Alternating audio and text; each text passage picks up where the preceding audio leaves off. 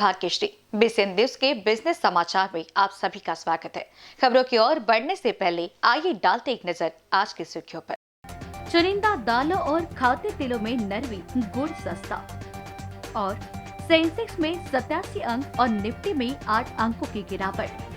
अंतर्राष्ट्रीय बाजार में अधिकतर कीमती धातु में रही कमी और घरेलू वायदा बाजार में सोने की कीमत 289 रुपए फीकी होकर 44,732 रुपए प्रति 10 ग्राम पर तथा चांदी की कीमत 1,497 रुपए घटकर 66,030 रुपए प्रति किलोग्राम पर रही।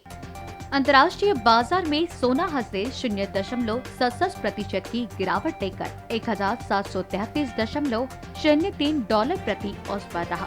इस दौरान अमेरिकी सोना वायदा 1,741.40 डॉलर प्रति औंस पर पहुंच गया।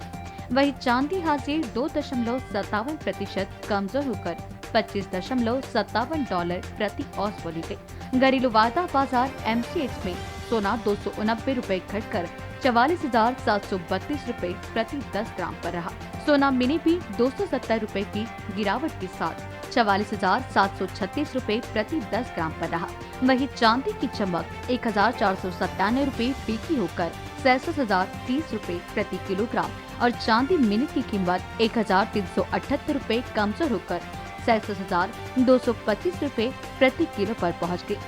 Bureau report, BCN news. Dollar समेत कई प्रमुख मुद्राओं के कमजोर रहने और घरेलू शेयर बाजार में जारी गिरावट के बीच सोमवार को अंतर बैंकिंग मुद्रा बाजार में रुपया 15 पैसे मजबूत होकर 72.37 रुपए प्रति डॉलर पर पहुंच गया। पिछले कारोबारी सत्र में रुपया 1 पैसा मजबूत होकर 72.52 रुपए प्रति डॉलर पर रहा। रुपए आज 5 पैसे मजबूत होकर 72.47 रुपए प्रति डॉलर पर खुला। सत्र के दौरान यह 72.34 के उच्चतम स्तर और 72.48 रुपए प्रति डॉलर के निचले स्तर के बीच में रहा है। अंत में यह पिछले दिवस की तुलना में 15 पैसे की मजबूती के साथ 72.37 रुपए प्रति डॉलर के स्तर पर पहुंच गया। Bureau report, BCN news. वैश्विक बाजारों में खाद्य तेलों में दर्ज की गई घटबढ़ के बीच घरेलू स्तर पर ग्राहकी कम रहने से दिल्ली थोक जिस बाजार में आज चुनिंदा खाद्य तेलों समेत दालों में नरमी देखी गई तथा दालों के दाम घट गए, जबकि गेहूं और चावल के दाम पिछले दिवस पर स्थिर रह गए।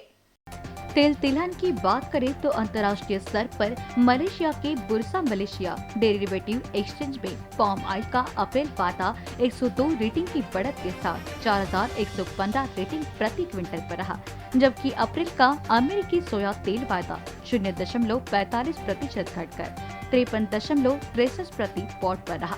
स्थानीय बाजार में इस दौरान अरहर दाल, उड़द दाल और मसूर दाल के दाम में 100 रुपए प्रति क्विंटल की गिरावट दर्ज की गई तथा सरसों तेल में भी कमी देखी गई। गुड़ चीनी की बात करें तो मीठे के बाजार में गुड़ 100 रुपए सस्ता हो गया तथा चीनी के भाव पिछले दिवस पर स्थिर रहे।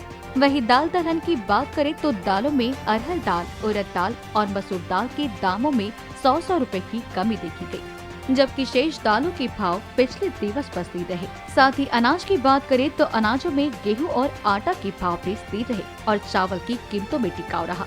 Video report, BCN news.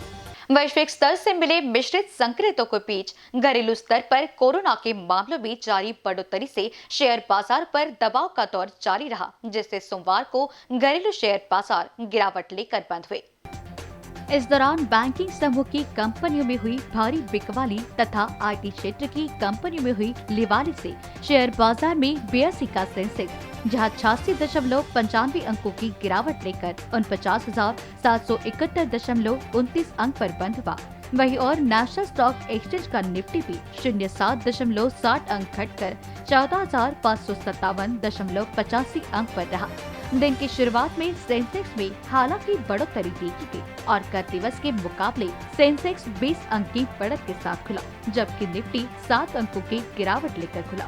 इस दौरान दिग्गज मसूली तथा छोटी कंपनियों में हुई लिवाली से BSE का मिड कैप 198.92 अंक यानी 0.99% बढ़कर 20,243.42 अंक पर पहुंच गया तथा स्मॉल कैप 148.75 अंक यानी 0.73% की बढ़ोतरी के साथ 20,619.29 अंक पर रहा। आईटी समूह की कंपनी में जहां सर्वाधिक 450.54 अंकों की वृद्धि दर्ज की गई, वहीं बैंकिंग में 578.98 अंक और कंज्यूमर ड्यूरेबल समूह की कंपनियों में 220.15 अंक की गिरावट हुई। बीएसई में कुल 3,264 कंपनियों में कारोबार हुआ, जिसमें से 1,599 कंपनियों की शेयर हरे निशान में और 1,444 कंपनियों की शेयर लाल निशान में बंद हुए, जबकि शेष 221 कंपनियों की शेयर दिन भर के उतार चढ़ाव के बाद अंततः अपरिवर्तित रहे।